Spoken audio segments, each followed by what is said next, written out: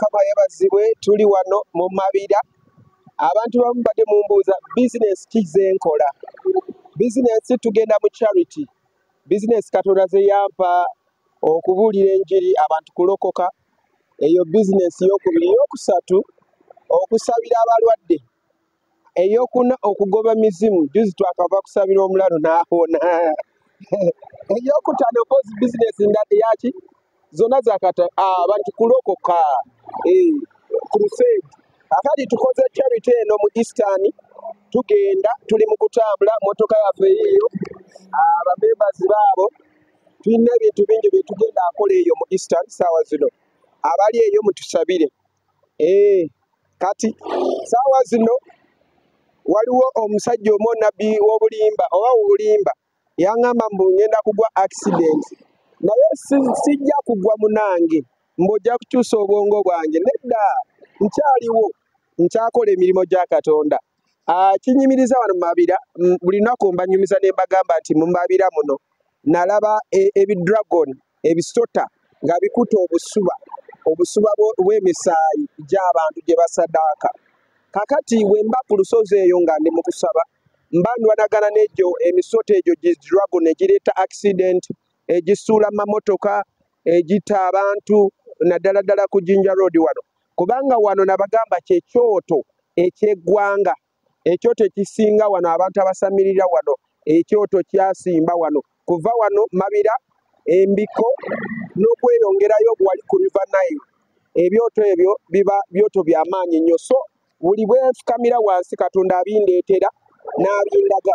Bwe nali mu ggulu mbagamba buli lunaku Mukama yandaga ebyo ebidragon nga bijjudde wano mu Mabira nga birembeka omusaayi mu ggwanga nga bitwala wasitaani ate ne mbagamba waliwo ogusota gusinziira wali ku Nairo kubanga kuva wano kutuuka ku Nairo kumpi byoto bino byonna bikwatagana. So kyova lamba ntuuse wano ne njagala ndabe embeera ki mu nsi y'omwoyo spiritually ensi ngenze kulaba nga wamu watandika kutatta naye tukyalina olugendo lw'okusabira eggwanga n'okusiiba.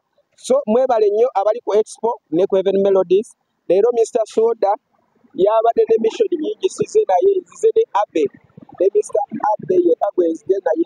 Ku Heaven Melodies tulinayo Shanita Principal yakute kamera. So tuli mu kutambula sebo sooka obuze abantu ku Expo bagambe business kize tukola. Mukama yeebazibwe bassebo ne bannyabo abawagizi b'omulimu guno gw'okubuulira enjiri ya Kristo Yesu. Tubaagala nnyo tubasaamu ekitiibwa tubasabira Mukama akole ebyekisa nga bwe tutambula omulimo gwaffe Heavenly Melodies Spiritual Purpose tubuulira enjiri ey'obwakabaka Expo TV tubuulira enjiri ey'obwakabaka bwa Katonda etaliimu makoona etaliimu kuwetaaweta etaliimu ofunyiro enjiri ey'okulokola n'okuwonya eya Mukama waffe Yesu Kristo mukitegeera ndowooza. So abantu bawona abafu nabo tukkiriza Katonda bazuukira erinnya lya Yesu lyebazibwe. Naye tulabye ku balema nga batambula abaakutuka embiriizi nga Yesu addamu n'aziyunga ne babajjamu ebyo ebigundi bye babasibamu emiggo ne bagisuula abaggavu b'amatu erinnya lya Yesu lyebazibwe. Tubalabye nga Mukama akola ebyekisa eri obulamu bwabwe. So tubagamba ekigambo kimu ti tewaliwo ky'osobola kukolera Katonda mu nsi muno gwe alina obugagga okuggyako okuwagira omulimu gwa Katonda.